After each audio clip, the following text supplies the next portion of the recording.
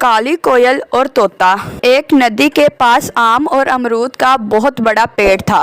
आम के पेड़ पर कोयल का जोड़ा रहता था और अमरूद के पेड़ पर तोते का जोड़ा रहता था। वो हर वक्त आपस में झगड़ा करते रहते थे।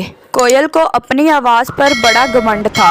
वो बहुत अच्छा गाती भी थी।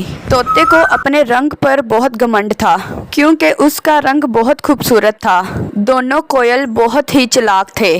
बड़ी कोयल ने कहा, सुन तोते, मेरी आवाज़ इतनी खूबसूरत है कि लोग सुबह को सुनकर उठ जाते हैं। उनके दिन की अच्छी शुरुआत होती है और उनका दिल खुशी से झूम उठता है। तोता उनको कुछ भी नहीं कहता और चुपचाप उनकी बात सुनता रहता है और घूमने के लिए उड़ने लगता है।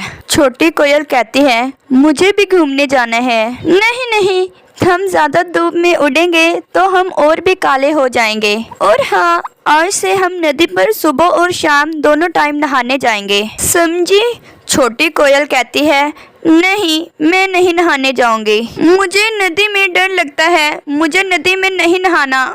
एक बार नहाना भी मेरे लिए बहुत मुश्किल होता है। एक दिन छोटी कोयल ने सोचा, हाँ, ये तोता अमरूद खाता है, इसीलिए ये इतना खूबसूरत है। आज जब ये दोनों तोते घूमने जाएंगे तो मैं इनके पेड़ से अमरूद लेकर खाऊंगी। फिर मैं भी खूबसूरत हो जाऊंगी। फिर मुझे नहाना नहीं पड़ेगा। फिर बड़ी कोयल कहती है, नहीं, ऐसा बिल्कुल भी नहीं होता और तुम भी ऐसा बिल्कुल भी नहीं करोगी, समझी?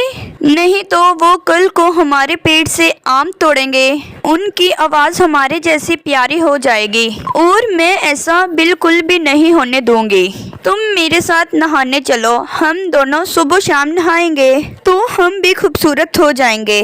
चलो ना अहद। छोटी कोयल कहती है, नहीं नहीं नहीं, मैं नहीं जाऊंगी। मैं तंग आ चुकी हूँ रोज रोज 2 टाइम नहाते। हाँ, अभी तक कोई भी फर्क नहीं पड़ा। बड़ी कोयल छोटी कोयल को जबरदस्ती नदी पर ले जाती है। जब वो दोनों नहा रही होती है तो अचानक नदी में एक जंगली मछली आ जाती है और छोटी कोयल को दबोच लेती है। बड़ी कोयल रोने लगती है और अकेली रह जाती है। प्यारे बच्चों, मेरे चैनल रिमशा रज़ा ऑफिशियल यूट्यूब चैनल को सब्सक्राइब जरूर करें। अल्लाह हाफिज।